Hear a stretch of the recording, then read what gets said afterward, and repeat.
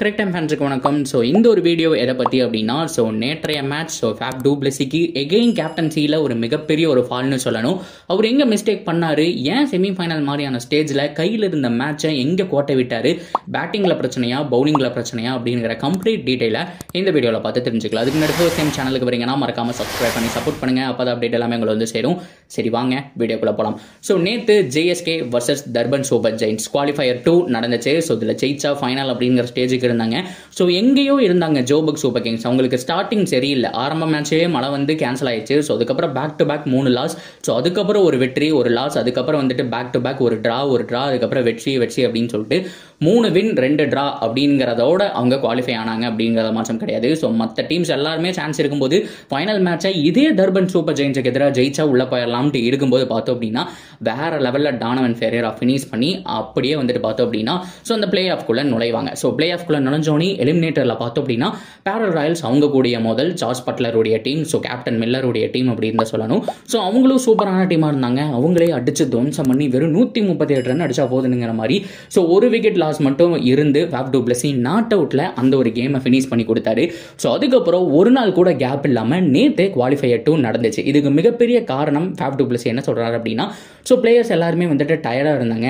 So எங்களை பொறுத்த வரைக்கும் கொஞ்சம் கேப் கிடைச்சிருக்கலாம். குவாலிஃபயர் முடிஞ்சோடனே எலிமினேட்டர் எங்களுக்கு பெருசாக வந்துட்டு பயிற்சி கொடுக்கறதுக்கு கூட டைம் கிடையாது. பிகாஸ் நேற்று விக்கெட்டே போகலை. ஸோ நானும் டூப்ளாயின் தான் வந்துட்டு ஆடிட்டு இருந்தோம். ஸோ அதுக்கப்புறம் விக்கெட்டே போல ரீசா ஹென்ரிக்ஸ் வந்துட்டாரு. ஆனால் இன்னைக்கு இனிஷியல் விக்கெட்ஸ் போகும்போது மிடில் ஆர்டர் பேட்ஸ்மேன்களுக்கு கேப்பே இல்லாமல் இருந்துச்சு. அப்போ கூட ரீசா ஹென்ரிக்ஸ் நல்லா ஆடினாரு, மொயின் அலி நல்லா ஆடினாரு, பிரேஸ்வெல் எல்லாருமே நல்லா ஸ்டார்ட் கிடைச்சது. ஸோ கண்டிப்பாக கேப் இருந்தது அப்படிங்கிற பட்சத்தில் இன்னும் நல்லா பர்ஃபார்ம் பண்ணியிருப்போங்கிற மாதிரி சொல்லியிருக்காங்க.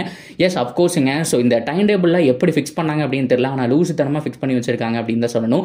எப்படின்னா, ஸோ குவாலிஃபயர் முடிஞ்ச அதாவது எலிமினேட்டர் முடிஞ்ச அடுத்த நாளே குவாலிஃபயர். ஸோ நேற்று குவாலிஃபயர் 2 நடந்துச்சு. ஒரு நாள் கேப் விட்டு ஃபைனல் வச்சிருக்காங்க. அதாவது சனிக்கிழமை ஃபைனல் நடக்குது. எப்பவுமே எந்த ஒரு டோர்னமெண்ட்டாக இருந்தாலும் ஒரு சண்டே ஃபைனல் நடத்தி தான் வந்துட்டு நம்ம பார்த்துருப்போம். அதுதான் பார்க்கறதுக்கு வந்துட்டு வேற லெவலில் இருக்கும். ஆனால் இந்த தடவை பார்த்தோம் அப்படின்னா இவங்க என்னமோ வித்தியாசமாக சனிக்கிழமை வச்சிருக்காங்க, கேப்பே இல்லாமல் ஒரு நாள் விட்டு ஒரு நாள்னு சொல்லிட்டு எதனால இப்படி வச்சாங்கன்னு தெரியல. ஆனால் எப்படியோ சண்டே வச்சிருக்கணும், அதுதான் பெஸ்ட் அப்படிங்கிற மாதிரி தோணுது. சரி ஓகே, இதெல்லாம் ஒரு பக்கம் இருக்கட்டும். இருந்தாலும் டூ பிளஸி எங்க மிஸ்டேக் பண்ணிட்டாரு அப்படின்னா, நான் சொல்லிட்டு இருக்கேன் மறுபடியும் ஆர்சிபிக்கு ஒரு கேப்டன் பண்ண வேண்டிய சுச்சுவேஷன்ல இருக்காரு. ஆனா இதுலயே கேப்டன்சியில கோட்டை விட்டுட்டாரு அப்படிங்கிறதுல எந்த விதமான மாற்றமும் கிடையாது. எங்க விட்டாரு அப்படின்னா, ஸோ நல்லா பவுலிங் போட்டிருந்தாங்க. பவர் பிளேல வழக்கம் போல எப்பவும் போல டிபிக்கல் சிஎஸ்கே டீம் என்ன பண்ணுவாங்கன்னா பவர் பிளேல ஒரு 2 விக்கெட் எப்படியே தூக்கிடுவாங்க தீபக் சகரை வச்சு. ஸோ அதே மாதிரி 2 விக்கெட் எடுத்துட்டாங்க. 50 ரன் போயிருந்தாலும் அந்த 2 விக்கெட் அப்படிங்கிறது குரூசியலான விக்கெட் எடுத்துட்டாங்க. ஸோ அதுக்கப்புறம் பேக் டு பேக் ஒரு விக்கெட்ஸ் எல்லாம் விழுந்தது.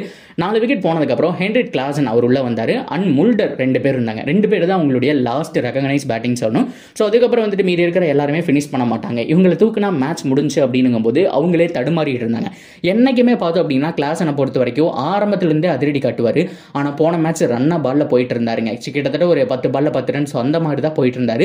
அண்ட் முல்டருக்கும் பெருசாக ஸ்டார்ட் கிடைக்கல. ஏன்னா ஃபாஸ்ட் பவுலர்ஸ் மாறி நச்சுன்னு போட அவங்களால அந்த ஸ்ட்ரைக்கை ரொட்டேட் பண்ண முடியாம தடுமாறிட்டு இருந்தாங்க. எப்போ வரைக்கும்னு கேட்டீங்கன்னா அந்த 13வது ஓவர் வரைக்குமே தடுமாறிட்டு இருந்தாங்க. ஸோ கிட்டத்தட்ட பார்க்கும்போது ஒரு 13வது ஓவரில் ஒரு 110 ரன் அந்த மாதிரி தான் இருந்துச்சு. ஸோ நீங்கள் அங்கிருந்து ஒரு கரெக்டாக போட்டிருந்தா எல்லா ஃபாஸ்ட் பவுலர்ஸை மட்டும் ரொட்டேட் பண்ணியிருந்தா பிரேஸ்வெல் இந்த மாதிரி ஃபாஸ்ட் பவுலர்ஸ்க்கெல்லாம் வந்துட்டு ஒரு ஓவர்ஸ் கொடுத்துருந்தாங்க அப்படின்னா ஒரு 160 170 இதுக்குள்ளேயே பார்த்தோம் அப்படின்னா அந்த டார்கெட் அப்படிங்கிறத வந்துட்டு ஃபிக்ஸ் பண்ணியிருக்கலாம். ஆனால் டூ பிளஸி என்ன பண்ணார் அப்படின்னா, சரி ஓகே இம்ரான் தாகிருக்கு ஒரு ஓவர் இருக்கு, ஸோ இவங்க 2 பேரை தூக்கிடலாம் அப்படிங்கிற மாதிரி, இல்லைன்னா ஒரு ஓவரை தள்ளி விட்டுறலாம் அப்படிங்கிற மாதிரி அவர் தப்பாக கணக்கு போட்டு இம்ரான் தாகிருக்கு ஒரு ஓவரை கொடுத்துட்டாரு.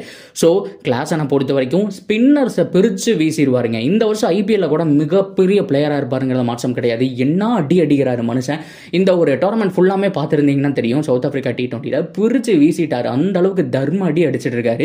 ஸோ அதே மாதிரி முல்டர் ஆஃப்கோர்ஸ் கிட்டத்தட்ட 350 450 அவரும் வந்துட்டு அடுத்த வருஷம் ஐபிஎல்ல இருக்காரு பாஸ் அப்படிங்கிற மாதிரி வேற லெவல் ஆடிட்டு இருக்காரு. 2 பேருமே ஸ்பின்னர்ஸை இது வரைக்கும் பொழந்து கட்டி இருக்கிறாங்க.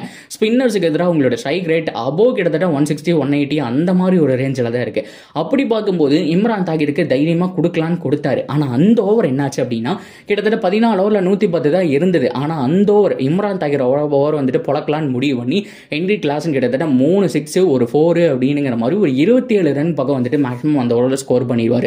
ஸோ அடுத்த ஓவரும் பார்த்தோம் அப்படின்னா கிட்டத்தட்ட ஒரு 20-25 run back to back score பண்ணிடுவார். அந்த இடத்துல தாங்க மொமெண்டம் ஷிஃப்ட் ஆச்சு. ஸோ ஹென்ரிக் கிளாசன் 29 பால்ல 72 73 ரன்னோ என்ன அடி தர்ம அடி கழட்டி கையில் கொடுத்துட்டாருன்னு சொன்னோம்.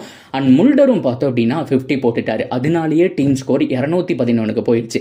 சரி ஓகே, பேட்டிங்கில் பார்த்தோம் அப்படின்னா எப்பவும் டூப்ளா டூப்ளாய் அண்ட் அது மட்டும் இல்லாமல் இப்போ புது பேட்டிங் பார்ட்னர் நம்மளோட அதாவது டூப்ளஸியும் டூப்ளாயும் தான். ஸோ ஹென்ரிக்ஸ் தான் ஃபர்ஸ்ட் இறங்கிட்டு இருந்தார். இப்போ டூப்ளாய் வந்துட்டு ஒரு 4 மேட்ச் போட்டாங்க, அதில் 350 இருந்துச்சு. அவர் எப்போவுமே என்ன பண்ணுவார்னா கொஞ்சம் ஸ்லோ ஸ்டார்ட் கொடுத்துட்டு ஸோ ஃபேஃப் டூப்ளஸிக்கு டைம் எடுக்க சொல்லிட்டு இவர் வந்துட்டு ஃபைரி ஸ்டார்ட் கொடுப்பார். ஆனால் ஆரம்பத்தில் இருந்து 2 பேரும் ஒரு குட் டச்சில் இல்லைன்னு சொல்லணும். டூப்ளாய் அங்கங்கே சுற்றுற ஷாட் எல்லாமே மிஸ் டைமிங்காக இருந்துச்சு. ஸோ அதனால் அவர் அவுட் ஆயிட்டாரு. அண்ட் ஃபேஃப் டூப்ளஸி வழக்கம் போல் நாக் அவுட் கேம் நல்லா ஆடுவாருங்க. இந்த ஃபைனல் இந்த மாதிரி ஸ்டேஜில் பார்த்தோம் அப்படின்னா சொதப்பி விட்டுருவார் செமிஃபைனல் அதுலாம். ஸோ அதில் பார்க்கும்போது வந்துட்டு நம்ம பார்க்கணுமா சிஎஸ்கே கூட ஒரு 50 எல்லாம் அடிச்சிருக்காரு. இந்த தடவை ஒரு 50 அடிச்சிருவாருப்பா அப்படிங்கிற நம்பிக்கையோட பார்த்துட்டு இருந்தோம். ஆனால் சொற்ப ரன்களுக்கு அவுட் ஆகிட்டு போயிட்டாரு. ஸோ அது மட்டும் இல்லாமல் டீமுடைய ஒட்டுமொத்த ஸ்கோருமே 142க்கு ஆல் அவுட். ஸோ அப்படி பார்த்தாலும் ப்ரோ 170 அடிச்சிருந்தாலும் 142க்கு ஆல் அவுட் தானே அப்படிங்கிற மாதிரி சொன்னீங்களா? அப்படி கிடையாதுங்க. 170 இருந்தால் கொஞ்சம் டைம் எடுத்திருப்பாங்க, நல்லாவே டைம் எடுத்திருப்பாங்க. 200 ரன் தான் அப்படிங்கிறதுனால பார்த்தோம் அப்படின்னா ஸோ ஓவருக்கு கம்பல்சரி ஒரு 10 ரன் நம்ம வச்சுக்கிட்டே இருக்கணும்னு சொல்லி சுத்த ஆரம்பிச்சாங்க. ஸோ இனிஷியல் விக்கெட் போச்சு. ஸோ டூப்ளஸிஸ் வந்துட்டு அவுட் ஆக ஆரம்பிச்சாரு. ஸோ அதுக்கப்புறம் ரீசா ஹென்ரிக்ஸ் நல்லா ஸ்டார்ட் கொடுத்தாரு, அவரும் வந்துட்டு அவுட் ஆயிட்டாரு. ஸோ அதுக்கப்புறம் பிரேஸ்வெல் மொயிலனின்னு சொல்லிட்டு எல்லாருமே அவுட் ஆயிட்டாங்க. ஸோ ஆக மொத்தம் ஜேஎஸ்கே அந்த டீமுடைய கேரியர் இதோட முடிஞ்சு. இனி அவங்கள நெக்ஸ்ட் இயர் தான் பார்க்க முடியும் அப்படிங்கிற சுச்சுவேஷன். வருஷம் இந்த மாதிரி குவாலிஃபை ஆகுறாங்க, பட் இருந்தாலும் டைட்டில் அடிக்க முடியாமல் போயிடுது. இந்த வருஷமும் மிகையாகாது அப்படிங்கிற மாற்றம் கிடையாது. ஆனால் வழக்கம் போல இந்த சன்ரைஸ் டீம் மட்டும் என்ன பவர்ஃபுல் மார்கரம் ஸோ தரமான பிளேயர்ஸ்லாம் வச்சிருக்காங்க. ஸ்டப்ஸ் இருக்காரு அந்த டீமில், மார்க்கோ யான்சன் நல்ல பவுலிங், எல்லாருமே செம்மையாக இருக்காங்க. ஸோ அவங்க இந்த வருஷம் பேக் டு பேக் 2வது வருஷம் ஃபைனல் போயிருக்காங்க. அண்ட் டர்பன் சூப்பர் ஜெயின்ஸும் போயிருக்காங்க. ஸோ யார் டிராஃபி வின் பண்ணுவாங்க அப்படிங்கிறத நினைக்கிறத சொல்லுங்க. ஸோ அது மட்டும் இல்லாமல் டூப்ளஸிஸ் பற்றி நம்ம பேசும்போது அவர்கிட்ட அது சரியில்லை இது சரியில்லைன்னு நம்ம பேசிட்டு இருந்தாலும் லாஸ்ட் கிட்டத்தட்ட ஒரு 6 இன்னிங்ஸில் பேட்டிங் நல்லா இம்ப்ரூவ் பண்ணியிருக்காருங்க. கிட்டத்தட்ட 350, அதில் 2 நாட் அவுட். அது மட்டும் இல்லாமல் ஸோ ஒரு ஆக மொத்தம் பார்த்தோம் அப்படின்னா ஃபர்ஸ்ட் 13 மேட்ச்சில் வந்துட்டு 60 ரன் 70 ரன் அடிச்சிருந்தாரு. ஆனால் கடைசி ஒரு 3 மேட்ச்லேருந்து 4 மேட்ச் நம்ம கலெக்ட் பண்ணலாலே கிட்டத்தட்ட 170 ரன் பக்கம் அடிச்சிருக்காரு.